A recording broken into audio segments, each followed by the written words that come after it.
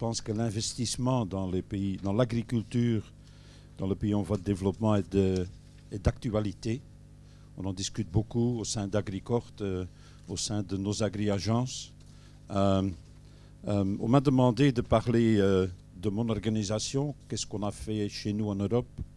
Je vais parler d'Agricorp et puis je vais faire une petite analyse de nos expériences dans le domaine de l'investissement dans l'agriculture dans les pays en voie de développement. D'abord, l'historique du Boerenbond. Boerenbond veut dire l'association des agriculteurs en français. Notre historique, c'est l'historique de beaucoup d'organisations agricoles en Europe. On a été créé à la fin du 19e siècle. On a créé des centrales d'achat. On a créé des caisses mutuelles financières et d'assurance. On a créé des coopérations. Et au fil du temps, on a développé des services. On a mis en place des formations. C'est la vocation, je pense, classique des organisations agricoles partout dans le monde.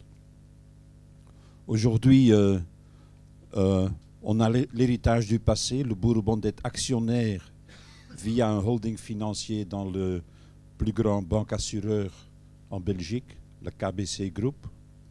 On a des entreprises dans notre holding financier d'agrofourniture. On a des entreprises de services et on a aujourd'hui aussi un fonds d'investissement agricole. Le directeur général du fonds, Marc Rosier, c'est là aujourd'hui. Nous discutons beaucoup avec nos collègues français, des céréaliers. C'est un fonds d'investissement qu'on essaye d'utiliser pour renforcer la filière, là où nous pensons que ça peut contribuer au développement de notre agriculture.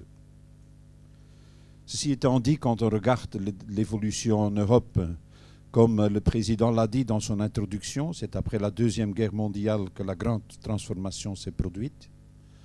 Ça va de pair avec la création de l'Union européenne, d'une politique agricole commune assez consistante. La politique agricole commune qui a mis en place une politique d'investissement très active au niveau des exploitations agricoles, qui a mis en place aussi une politique très intensive d'investissement dans la recherche et le développement.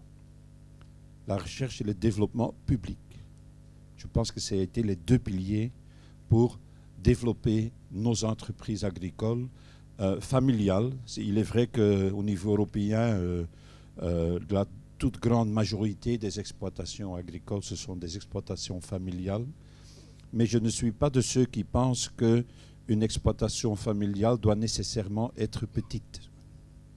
Dans le discours, notamment dans l'année internationale de l'agriculture familiale 2014, moi j'entends les ONG dire des petites exploitations familiales.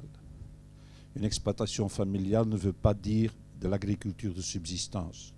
Ça doit en premier lieu être des entités économiques viables. Ça, c'est notre but comme organisation agricole.